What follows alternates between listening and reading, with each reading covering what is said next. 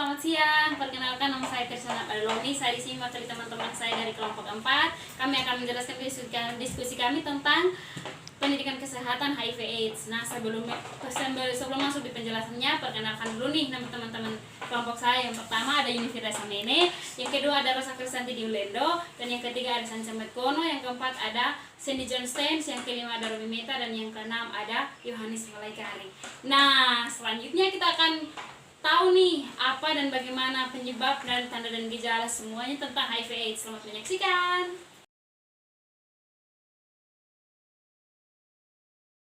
Baik, sekarang saya akan menyampaikan pengertian dari apa itu HIV/AIDS. HIV/AIDS itu yang pertama, HIV itu sendiri adalah human, yang artinya manusia, bukan hewan. I itu adalah immunodefisiency, di mana penurunan kekebalan tubuh. V itu adalah virus atau virus, di mana suatu makhluk yang sangat kecil yang masuk ke dalam tubuh sehingga merusak sistem kekebalan tubuh manusia.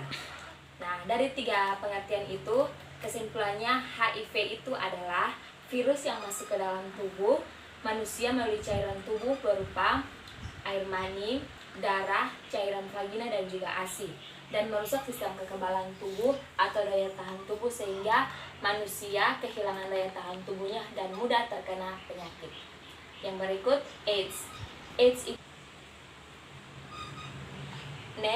AIDS yang pertama itu A, yaitu acquired, artinya didapat karena menyebar dan ditularkan dari satu orang ke orang yang lainnya. Yang kedua, I, sama immunodefisiency, yang artinya penurunan atau kehilangan kekebalan tubuh. S itu sindrom, di mana kumpulan gejala-gejala suatu penyakit. Dan yang terakhir, kesimpulan dari AIDS yaitu AIDS adalah gejala penyakit karena turunnya daya tahan tubuh. Daya tahan tubuh itu berkurang dan hilang karena sudah diserang oleh virus HIV. Nah, demikian penyampaian saya tentang apa itu HIV/AIDS. Kita akan lanjut ke bagian berikut, yaitu etiologi atau penyebab dari HIV/AIDS. Penyebab HIV/AIDS adalah infeksi oleh virus HIV yang menyerang sistem kekebalan tubuh sehingga sel-sel pertahanan tubuh makin lama makin banyak yang rusak. Penderita infeksi HIV menjadi sangat rentan terhadap semua bentuk infeksi pada tahap akhir. Penderita tidak bisa tahan terhadap kuman-kuman yang secara normal bisa dilawannya. Tanda dan gejala HIV yaitu berat badan menurun lebih dari 10% dalam waktu singkat. Yang kedua, demam tinggi berkepanjangan lebih dari 1 hari. Yang ketiga, batuk berkepanjangan lebih dari 1 hari. Dan yang keempat, kelainan kulit dalam iritasi. Yang keenam, infeksi jamur pada mulut dan kerongkongan yang tidak sembuh-sembuh. Baik, yang berikut atau yang keenam adalah penularan HIV/AIDS.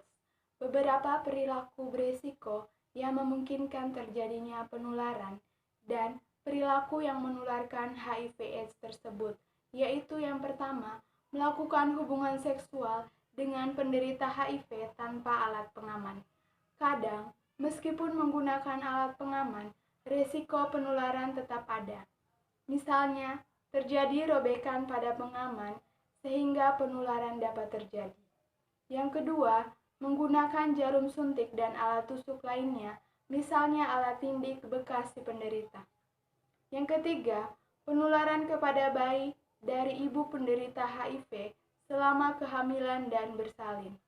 Khusus pada kondisi ini, apabila selama kehamilan ibu yang terinfeksi HIV memperoleh terapi secara rutin dan melahirkan dengan cara bedah atau operasi sesar yang dipersiapkan dengan matang, tingkat penularannya terhadap bayi dapat jauh berkurang.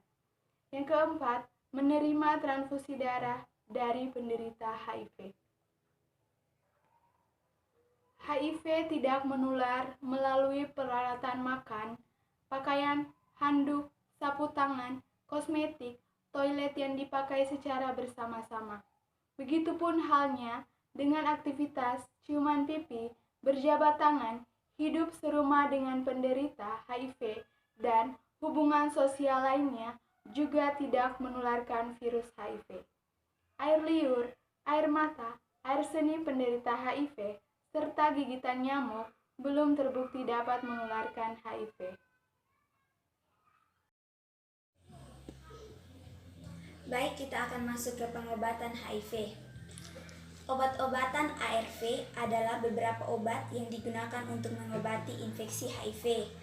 Obat-obat ini tidak membunuh virus, tapi memperlambat pertumbuhan virus. HIV mudah beradaptasi dan kebal terhadap satu golongan ARV. Oleh karena itu, kombinasi golongan ARV akan diberikan pada penderita. Beberapa golongan ARV adalah yang pertama, NNRTI. Jenis ARV ini akan bekerja dengan menghilangkan protein yang dibutuhkan oleh virus HIV untuk menggandakan diri.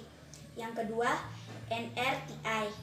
Golongan ARV ini menghambat perkembangan HIV di dalam sel tubuh.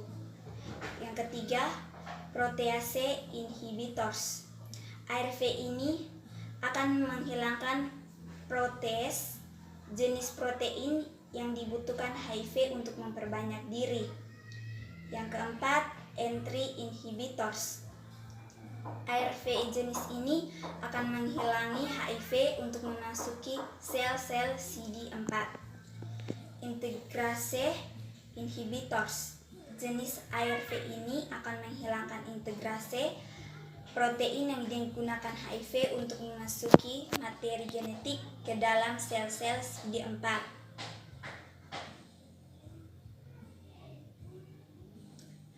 Baik, beberapa ARV digabungkan menjadi satu pil.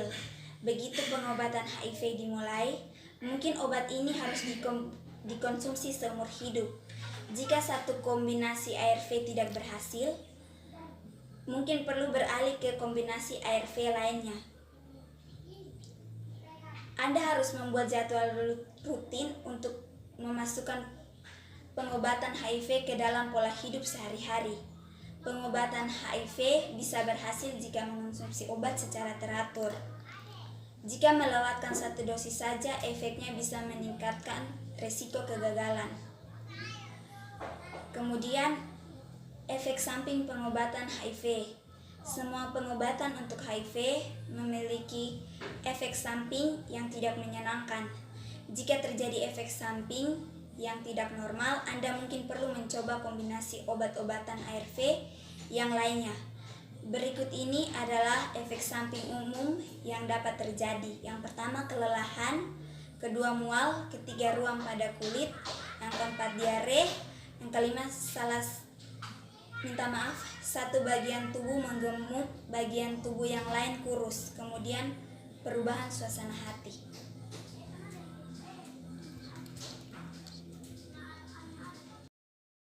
Oke, di sini saya akan menjelaskan pencegahan HIV.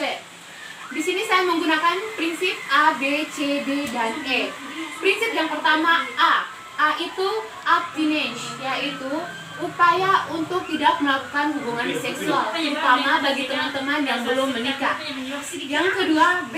Be faithful, yaitu upaya untuk tidak berganti-ganti pasangan. Dengan kata lain, di sini kita menunjukkan sikap saling setia terhadap pasangan. Yang ketiga, C. Kondom. Untuk melakukan hubungan seksual yang sehat dan aman, kita harus menggunakan alat pelindung, yaitu kondom. Yang keempat, D. Don't ask drugs. Jangan menggunakan narkoba. Penularan HIV banyak terjadi di kalangan pengguna nafas suntik secara bergantian.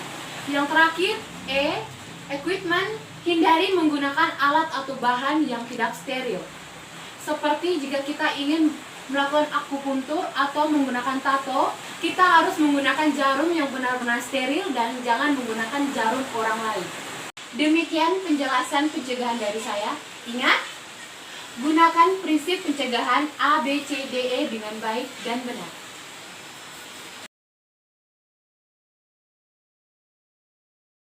Saya tentang HIV/AIDS.